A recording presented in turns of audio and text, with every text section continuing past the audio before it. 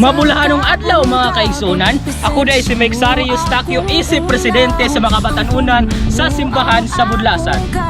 Ako, malipayo na gabi-abi kaninyong tanan, nga karong bulan sa Disyembre, pitsa 27 hangtod 28, aduna kita ipahigayon nga silaog 2024 sa atong mapausanon ug mabiyabihong simbahan sa Budlasan. Sa pagmata sa kabundagon, Karon atong saksihan ang manindot nga kabuhatan dire sa Budlasan.